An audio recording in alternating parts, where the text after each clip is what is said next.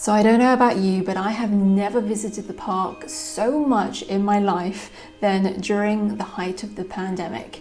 And at that time, I became desperate to find alternative places to walk. And that's when I came across allotment gardens. So let's jump straight into this.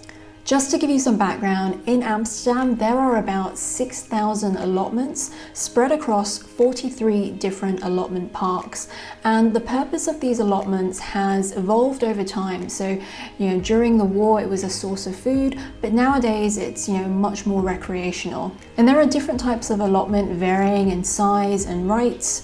But at the top end of this spectrum is the type of allotment where you can have a small little house and you can stay there overnight during the warmer months of the year.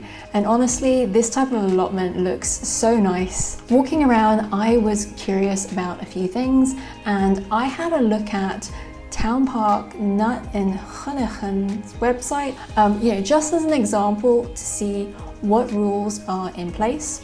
And it turns out that you can stay there overnight from April to October, and all of their gardens are connected to the water and sewage system, but if you want electricity, then that has to be via solar panels. And if you want to cook, then you have to use bottled gas as well.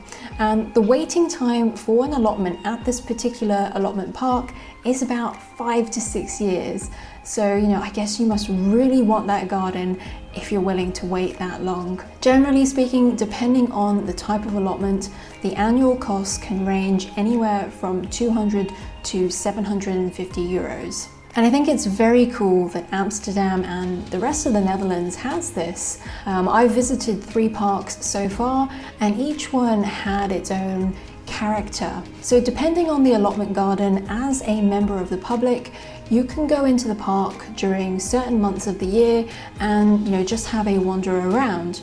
You can't go onto the individual allotments themselves, that would be some kind of trespassing, but you can still walk around them, and it's very, very pleasant.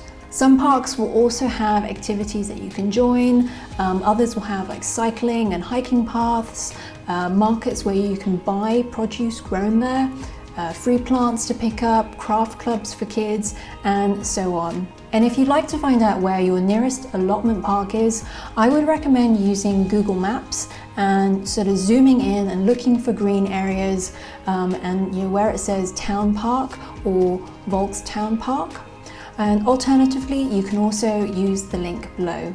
So thank you so much for watching. Until next time, goodbye.